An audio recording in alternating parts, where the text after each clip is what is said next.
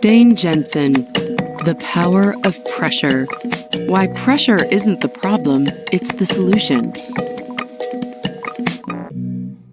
Narrated by Oliver Maines and Amanda Marr.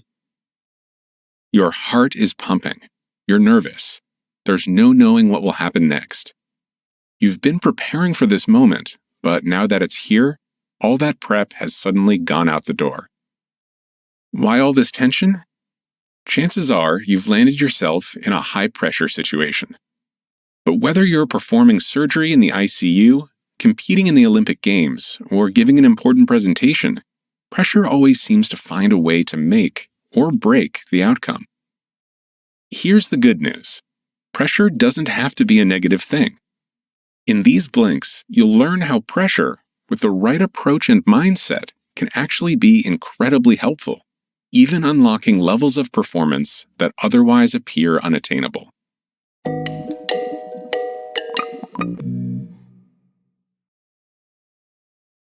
Blink 1 of 8. What's the most pressure you've ever been under? This is a question that the author, Dane Jensen, has posed to over 1,000 people. Answers have ranged from elite figure skating competitions to periods of job uncertainty. For one person, a final exam came to mind. For another, it was trying to swim back to shore after being swept out to sea. But while all these moments of pressure are unique, they're also tied together by a few key commonalities. In fact, every high-pressure experience combines the three following factors: importance, uncertainty, and volume, meaning the number of tasks and amount of information to process. Let's take a closer look at how pressure works. The key message here is, pressure comes from a blend of highly important and highly uncertain circumstances. Pressure is often lumped together with stress, but there's one big distinction between the two: the need to do something. Consider the following scenario. If you're tensely watching your favorite basketball team's playoff match, hoping they'll score the winning points, that's stress. No matter what you shout at the TV, you won't impact the result. But if you're playing in that game, that's pressure. Your performance could mean the difference between winning and losing. While not everyone is a basketball star, the stakes of any pressure situation can feel as high as a playoff match. It all depends on how important the outcome is to you. Perhaps the work you're doing creates a lot of pressure.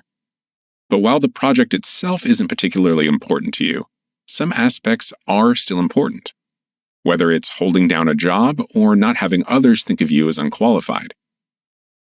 Uncertainty also plays a role in creating pressure, though not all uncertainty is bad.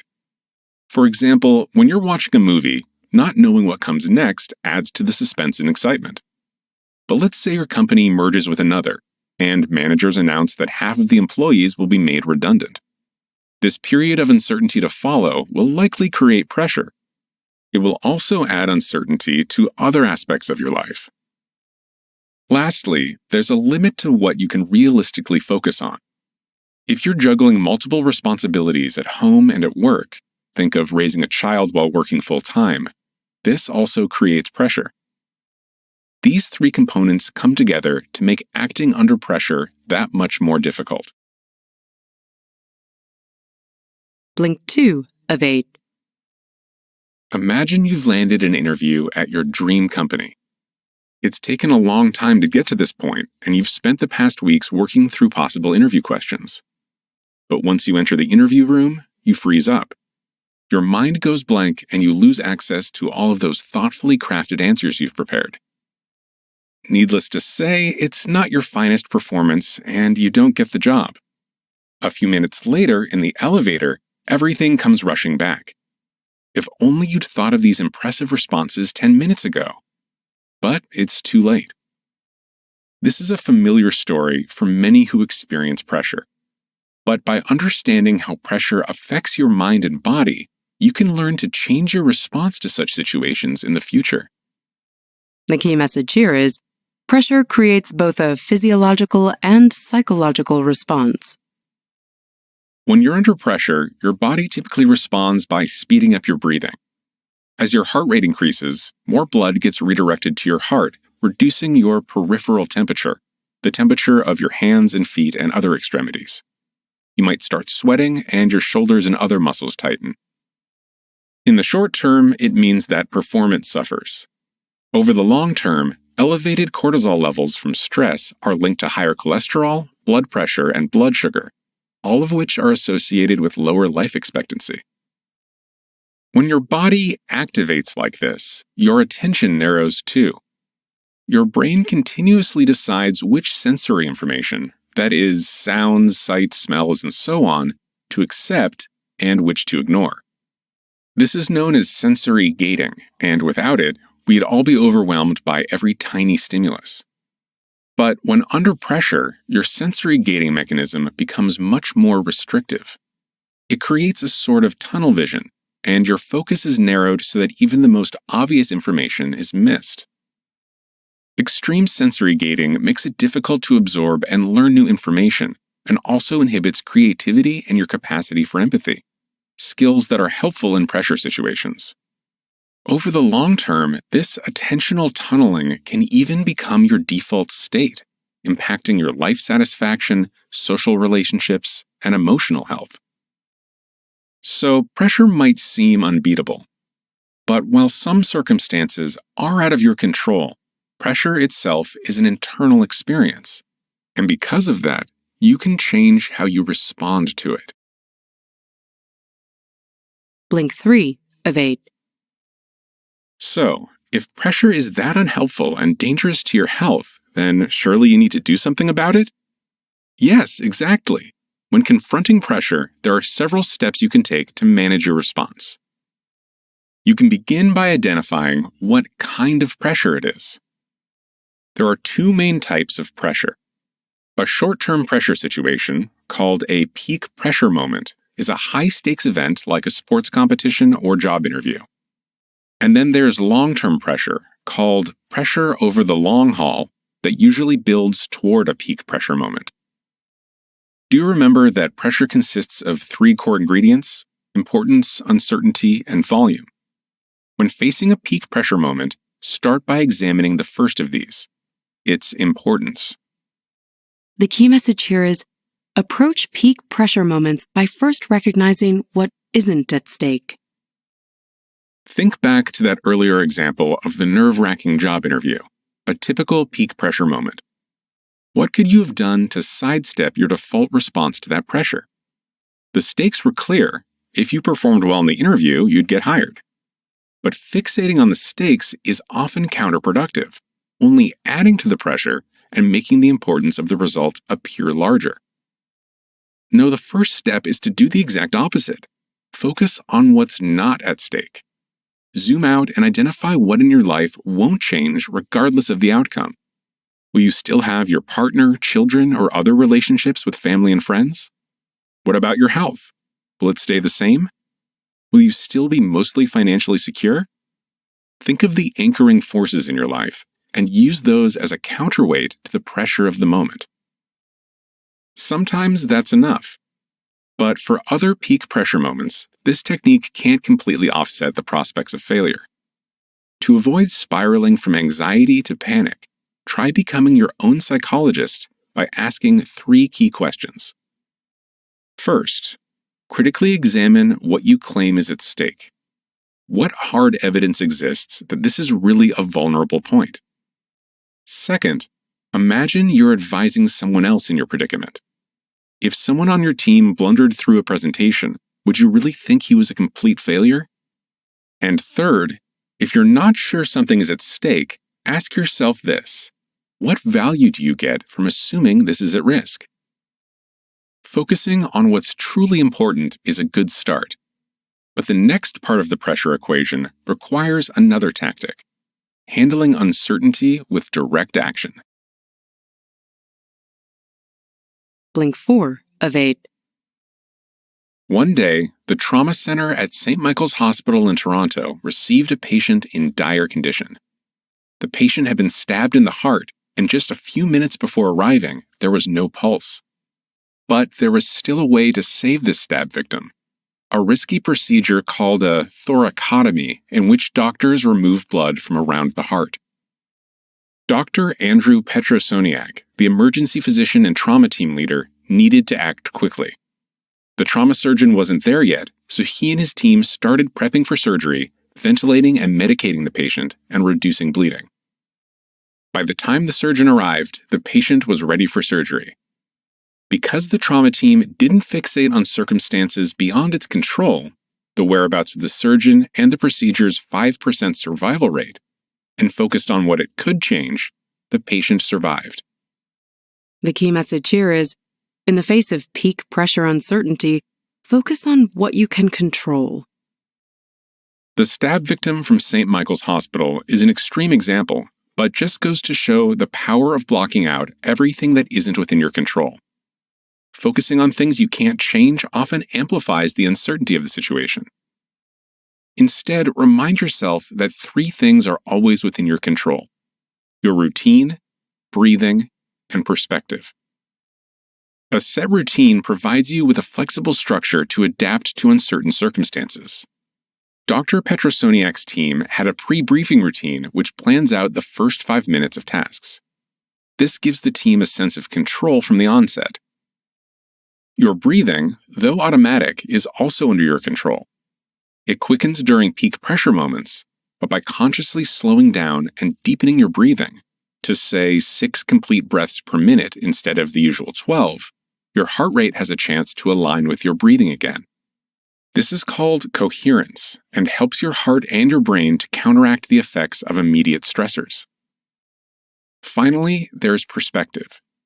When you perceive something as a threat, it appears impenetrable. But you can reframe it and create an on-ramp to action by posing a couple key questions. Ask yourself what you're learning from the experience. Perhaps you're learning humility, or to better empathize with others with similar struggles. Next, ask what you can do right now to make progress. All of this takes practice, and also requires you to deal with the final element of pressure: volume. Blink 5 of 8. Take a moment to think about when you last felt overwhelmed by pressure. It probably wasn't that hard, right? Too much work, not enough time. It's become an almost universal complaint. And increasingly, the solution is to turn toward time management. The idea is that if you can manage your time more efficiently, you'll be less overwhelmed and more productive. But through the lens of pressure, this approach can actually make things worse. That newfound free time, it just gets filled with even more pressure. So the solution isn't more efficiency. It's reducing the volume of tasks which create short-term pressure for you, especially those which aren't immediately helpful. That way, you'll have the focus and energy to take on the most meaningful sources of peak pressure. The key message here is, eliminate sources of pressure that distract you or don't help you grow. Think of organizing your sources of pressure like cleaning your home, something tidying expert Marie Kondo knows all about. At the center of Kondo's organizing system is a single question: does this spark joy? If not, it has to go. Kondo's solution isn't to buy a bigger closet, the equivalent of the time management solution to pressure. Instead, she advocates for simplifying your belongings into the most meaningful selection. You can use this philosophy as a launching pad to simplify the jumble of pressures weighing over you. One approach is to apply a few questions to focus on your goals.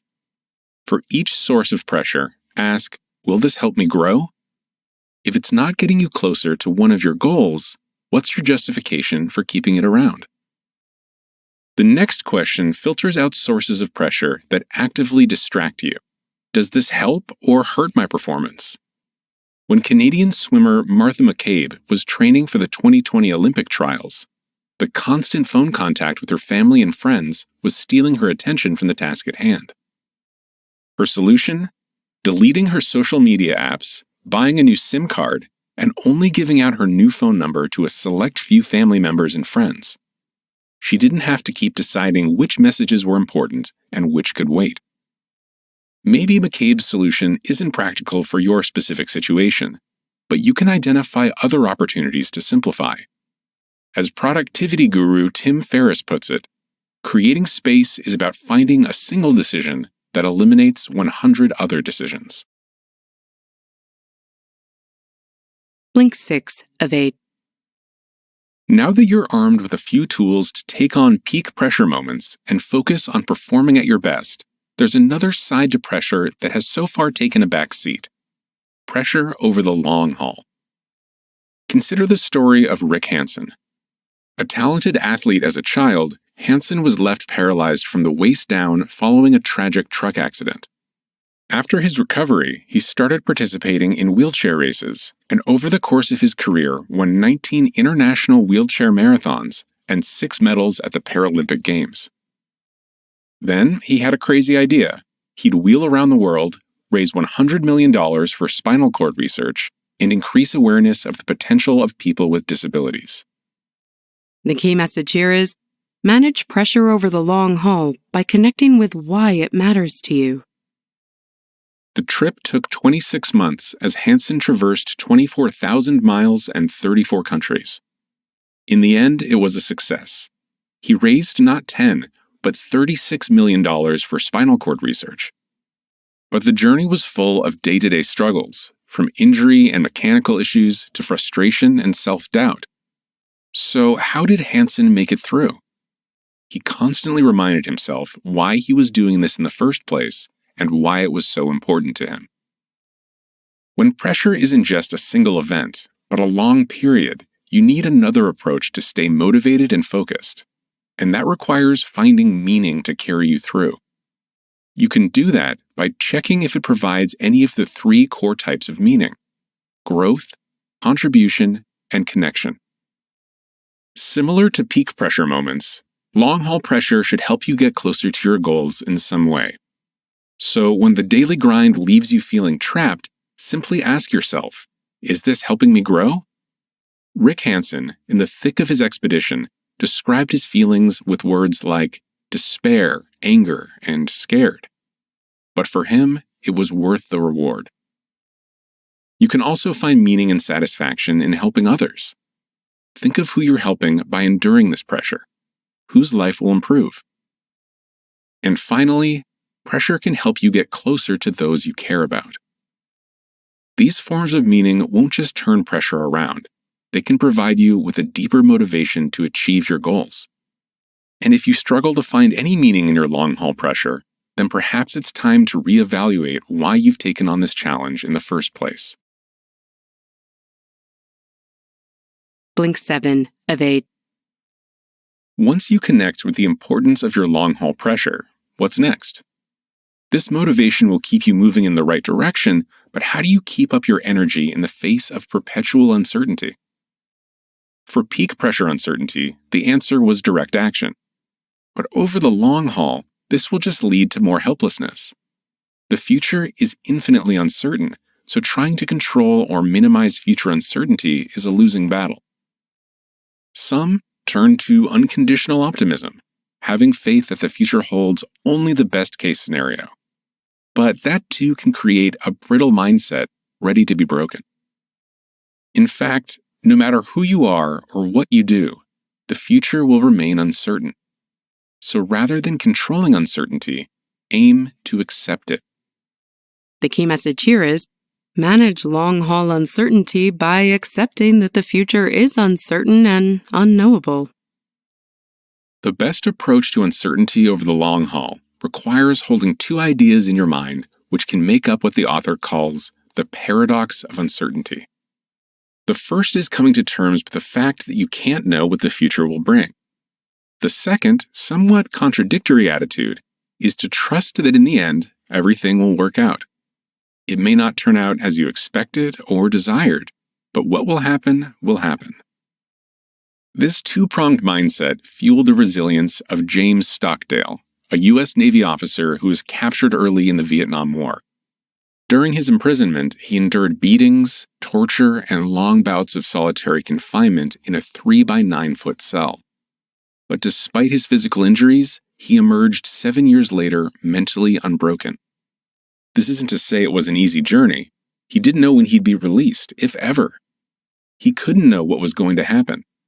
But by accepting this fact, he could focus his energy inward, cultivating inner strength and confidence.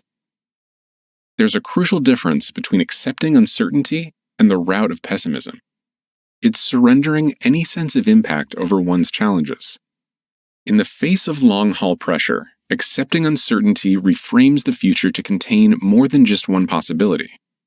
Rather than viewing one future outcome as make or break, you can consider whatever happens on its own merits. Perhaps it wasn't what you hoped for, but you still learned something about yourself, or can take value from the outcome for future challenges. Blink 8 of 8. You've seen how having too many sources of peak pressure at once hinders your ability to focus on the most important challenges. Over the long haul, not reining in the volume of pressure will take its toll on your health, and it doesn't help to neglect the signs of long-term pressure. Just take Phil Wilkins, who was hired by a financial technology startup to create a business unit in a new market. The goal was to increase revenue from $5 million to $100 million within 18 months, and it meant that Wilkins had to get straight to work.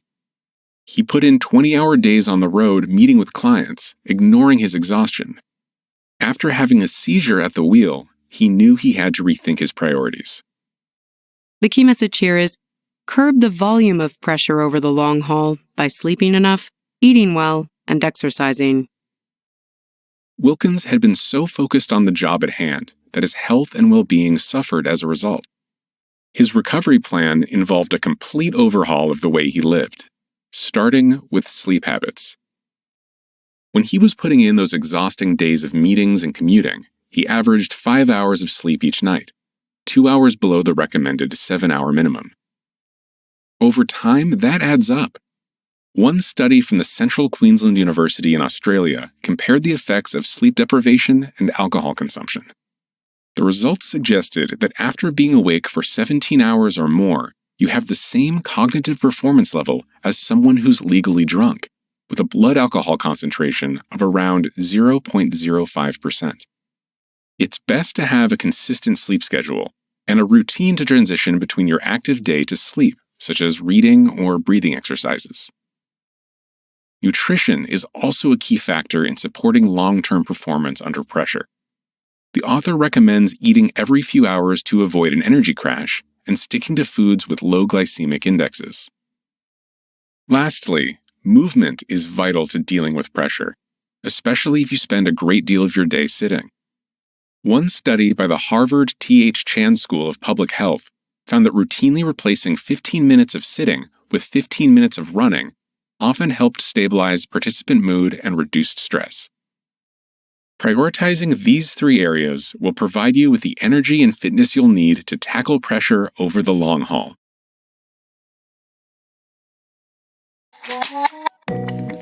You've just listened to our blinks to The Power of Pressure by Dane Jensen. The key message in these blinks is that pressure gets a bad rap for stopping people from reaching their potential. Plus, the short-term and long-term effects can be harmful to your emotional and physical health. But pressure doesn't have to be negative. If you change your approach, it can be helpful. When you approach peak pressure moments, focus on what isn't at stake, or what's within your control, and on simplifying the volume of pressure you need to deal with. For long-haul pressure, identify why this challenge is helping you grow and helping others. By reframing challenges and taking care of your well-being through sufficient sleep, nutrition, and exercise, you'll be prepared for whatever pressure comes your way.